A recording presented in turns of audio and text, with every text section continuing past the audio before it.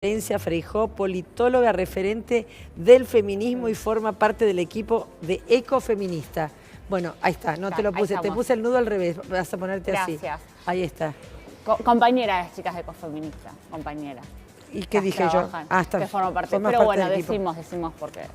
Bueno, ¿qué es el feminismo? Contale un poquitito a la gente, porque es como que viste que ahora uno tiene que tener tanto cuidado con todo lo que dice y con cada una de las palabras. Viste que hay gente que dice, bueno, no es feminista y está en contra. Va a ver. Bueno, hay un cambio, ¿no?, cultural. Hay muchas lecturas para hacer del feminismo. Hay un feminismo histórico que tiene que ver con una construcción teórica que se puede expresar, digamos, uno la ve, digamos, cuando estudia historia del feminismo, que tiene que ver con la historia de las primeras sufragistas o de la conquista de los derechos de las mujeres. Que convengamos que en estos últimos 50, 100 años ha sido así, una cosa... Ha sido como muy veloz, ¿no? Sí. Pero bueno, no tan veloz como para todavía estar luchando por algunas cuestiones muy básicas. Pensá que hay diferentes lecturas que uno puede hacer de acuerdo al contexto a nivel mundial. ¿Qué cuestiones básicas, por ejemplo, No, por María? ejemplo, hace 2 semanas en Arabia Saudita las mujeres pudieron empezar a manejar ese tipo de cuestiones. Digo, hay lecturas muy diversas para hacer de acuerdo al país del mundo donde vos hagas el enfoque. Qué increíble, ¿no? Claro, por eso te digo, hay una lectura histórica o teórica y hay una lectura actual sobre el momento presente y sobre los diferentes tipos de feminismos que hay, porque no hay un solo tipo de feminismo. Hay un feminismo que surge de las mujeres indígenas, afrodescendientes y campesinas, que tienen otra estructura cultural y económica y detentan otro tipo de intereses. Hay un feminismo popular, que es el que se gesta en los barrios, con las amas de casa, con las cocineras, con las mujeres que militan en los centros comunitarios o en los comedores, las famosas que paran la olla, que en nuestro país son súper importantes esas mujeres porque son las que crisis tras crisis están poniendo el cuerpo. Después hay momentos en nuestro país, por ejemplo, momentos históricos que han tenido que ver con la coyuntura, o sea, no específicamente con un derecho de las mujeres, sino, por ejemplo, las madres de Plaza de Mayo y las abuelas, que son esas mujeres que ante una coyuntura general jamás histórica, bajaron los brazos y estuvieron peleando y luchando por sus hijos. Y lo siguen haciendo aún hasta el día de hoy. Creo que el movimiento de mujeres en Argentina es tan paradigmático a nivel mundial porque nosotras somos las herederas de esas madres y esas abuelas de Plaza de Mayo. Por algo el pañuelo de la campaña por el aborto legal, seguro y gratuito tiene también un pañuelo, digamos, blanco. Acá lo muestro. Sí. No tiene que ver solo con el contraste de colores, sino que tiene que ver con la raíz histórica que tenemos nosotras en el movimiento de mujeres, ¿no? ¿Vos todavía pensás que son agredidas y criticadas? Las mujeres, por supuesto, pero va más allá de la agresión, por supuesto, va más allá de la agresión física o la agresión verbal. Hay cuestiones de la violencia que se dejan ver con muchísima claridad en las estructuras. Por ejemplo, cuando vemos los datos económicos, cuando vemos que las mujeres de 18 a 30 años triplican la cifra del desempleo en Argentina, cuando vemos que las mujeres no pueden acceder siquiera al aborto legal, o sea, al aborto que no es punible. Claro, ese es un tema que nos preocupa, que yo estoy, por supuesto, a favor de la despenalización, que es una cosa que me parece terrible. ¿Y cuáles son los argumentos, viste, más contundentes que tienen como en contra de la despenalización? Porque acá hemos tenido muchos debates, ahora tenemos que esperar a agosto para que se defina esto en el Senado. Pero primero se habla de despenalización y también de legalización. Porque necesitamos que el Estado sea responsable de una realidad que es una realidad histórica, que es que las mujeres abortan. O sea, el 8 de agosto, la ley salga o no salga, las mujeres van a seguir abortando. Una mujer que decide abortar, que decide interrumpir un embarazo, es una mujer que decide sobre su propio cuerpo de manera determinante y que aunque sea legal o no sea legal, es decir, el Código Penal no ha sido una solución hacia si esa decisión tiene que seguir o no tiene que seguir. Lo único que ha sucedido con el Código Penal en el medio es que las mujeres que no han podido acceder a abortos hechos en condiciones seguras no mueran. Esas mujeres que acceden en la clandestinidad, bueno, todas accedemos en la clandestinidad si tenemos que estar expuestas a un aborto, pero en la clandestinidad clandestinidad en condiciones inseguras, ¿no? De salubridad y tienen demás, gran riesgo de muerte. Y ha habido muchísimas muertes. Muchísimas muertes, sí. Cuando en realidad lo que desde el movimiento de mujeres siempre decimos es que hay abortos hasta las 14 semanas que se pueden generar con lo que es el misoprostol, que es una droga segura, recomendada por la Organización Mundial para la Salud. Es una droga de bajo costo, lo que pasa es que sube el costo porque justamente hay una clandestinidad y hay un negocio que hace que esa droga tenga un costo alto, pero tendría que ser un costo bajo, y que el Estado tiene que ser el responsable de garantizar ese derecho que tiene la mujer a decidir. Pero no es solamente el derecho a decidir como dicho desde una concepción así de la libertad, ¿no? Porque la gente se imagina eso.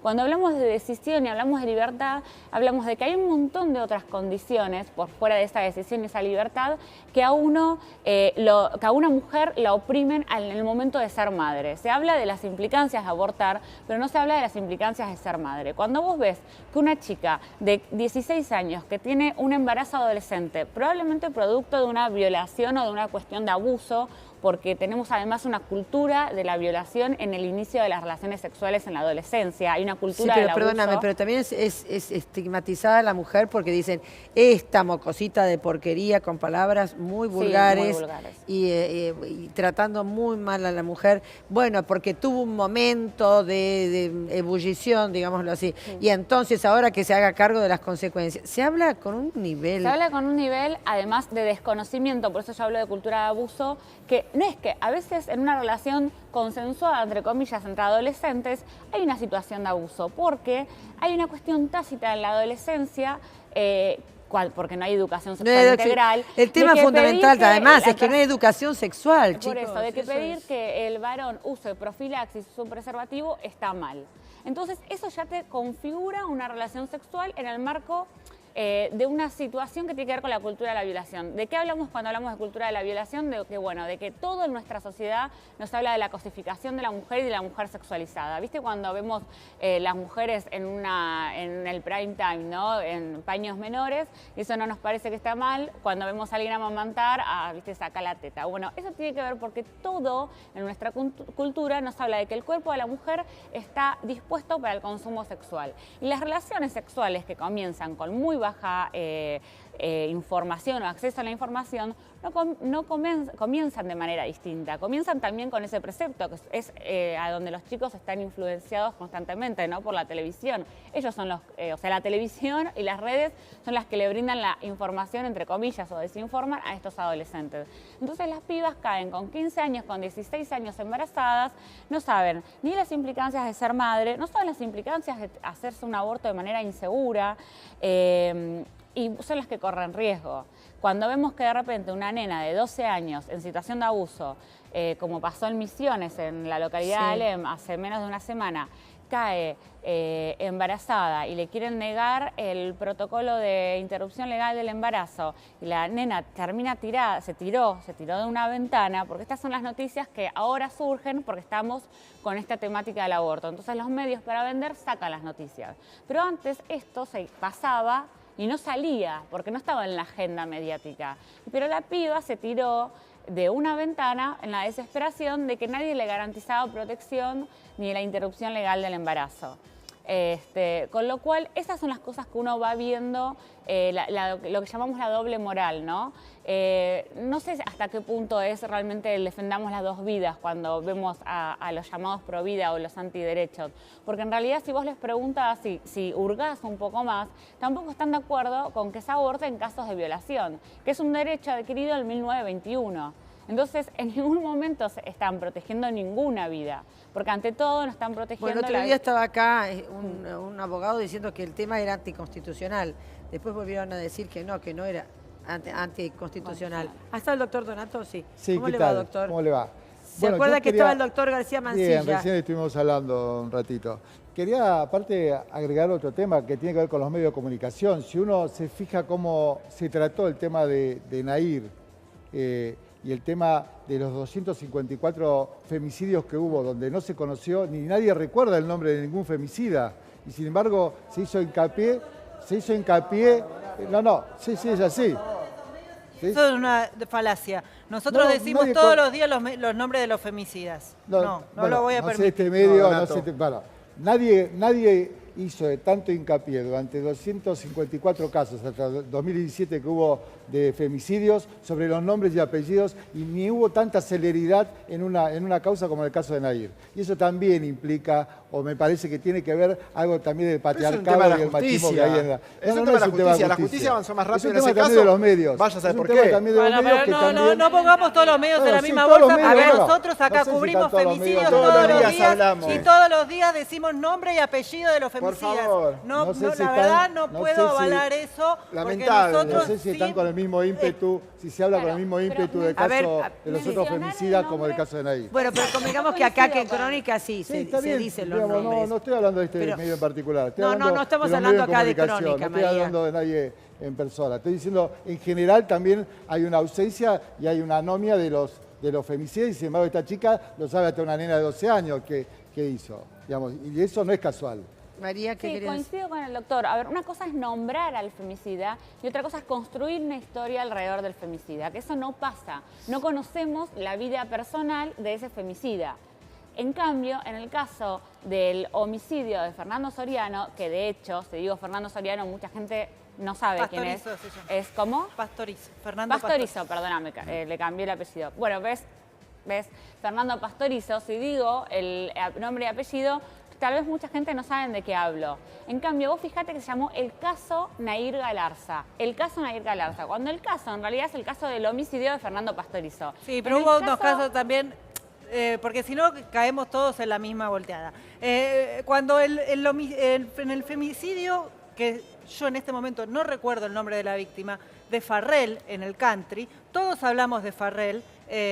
Y nadie se habló de la difundieron víctima, Y nadie sí. habló de la víctima en ese momento tampoco, porque si no, construimos una realidad que tampoco es cierta. Sí, pero vos fijate Nosotros que hablamos y construimos la vida de Farrell. Digo a Farrell porque es el que me acuerdo ahora. No, pero es muy nosotros bueno el tenemos un caso que compromiso estás muy fuerte con el tema de los femicidios y permanentemente damos el nombre de los femicidas. Si tenemos los datos sobre la historia del femicida, también lo relatamos, porque si no me parece que es meternos a todos Sí, en no, la misma pero bolsa. tenés razón, María, no estamos hablando puntualmente de Crónica, pero estamos pero hablo de hablando los medios, hablo de los medios en general. de lo que le queda a la gente de Hablo escuchar también los los medios en general, hay casos que tienen mayor repercusión que otras, es cierto, pero no es cierto que no se ha reconstruido la vida de los femicidas. En el caso de Farrell, que es el que en este momento recuerdo más, se habló mucho tiempo.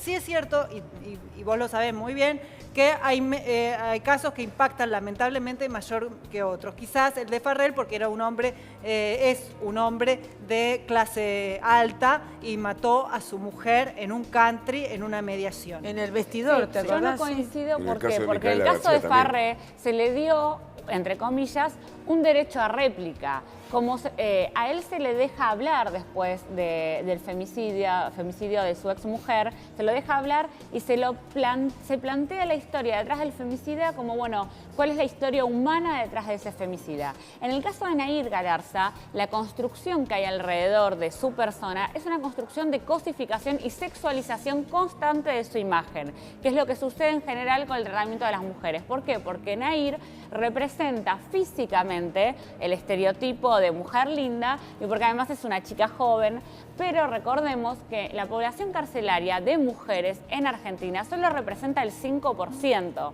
con lo cual también desde lo noticioso llamaba la atención específicamente que sea una mujer. Lo que sí creo es que hubo cierto revanchismo en lo discursivo, que tal vez era un revanchismo tácito o sin intención, pero claro, la cultura patriarcal nos lleva a eso, de decir, ven, los hombres también pueden morir en manos de las mujeres. Y eso es un grave error conceptual, Eso sobre sí. todo desde el derecho, y acá el doctor lo va a explicar, sobre todo desde el derecho. ¿Por qué? Porque cuando se estipula la figura del femicidio en el artículo 80 del Código Penal, se estipula varias agravantes del homicidio. No solo la cuestión de por el odio de género, que sería el femicidio, sino también por la relación de pareja, que fue lo que utilizó la defensa para que efectivamente Nair tenga una cadena perpetua. Se estipuló que ellos tenían una relación relación. y por eso fue cadena perpetua. Ahora, no murió Fernando por el hecho de ser hombre de mano de una mujer, porque eso te lo da una categoría estadística de que es que mayoritariamente las mujeres mueren en manos de sus parejas, no así los hombres. No, lo del femicidio es algo espantoso. Tampoco vamos a justificar todo el tiempo lo de la cuestión de violencia de género. Sí, pero tampoco vamos a justificar. Es un homicidio, o sea, ha sido espantoso lo que sucedió. Es por el tema aquí, del tema de género. Nadie está justificando, y esto es bueno que lo digas, porque si quisieron como siempre poner dentro del paraguas del feminismo, que estábamos justificando lo que pasó con Nahir Galarza. No, estamos explicando el tratamiento periodístico que se dio de hipersexualización de ella y de cosificación. Y realmente, en términos penales, la aplicación del Código Penal en Entre Ríos tiene esta cuestión de que es muy expeditivo, y la verdad es que no he comparado, no he comparado otros casos en Entre Ríos como para poder explicar si esto hubo o no. Entonces prefiero no sentenciar que fue patriarcal en ese sentido. Bueno, pero María, sí, es un tema, es un tema enorme. No, pero es un tema muy interesante, bueno, y para seguir charlándolo, porque de acá hasta el 8 de agosto hay muchísimo para poder hablar. Así que bueno, igual nos veremos les agradezco después a todos. en el Congreso. Sigo charlando acá con María por el tema de la despenalización y del aborto. Mientras me quedo acá charlando con María Feijó. María Ripetita, contanos. Sí, bueno, esto sucedió en Ringuelet, en el Partido de La Plata. Un nene de 12 años salió a defender a sus abuelos que estaban siendo víctimas de un robo. Los delincuentes estaban armados, el nene salió con un palo intentando defender. Está Diego en Pilar. Hola, Diego. Hola, muy buenos días. En minutos nada más saldrá la protagonista de esta historia, Melanie. Un final con felicidad, sin lugar a dudas, de una historia que mantuvo en vilo a todo un país. Recordemos, esta joven desapareció el viernes, luego de asistir a la Facultad de Agronomía en la Ciudad Autónoma de Buenos Aires. Melanie Aguiar, 19 años. Se pensaba en una historia totalmente distinta.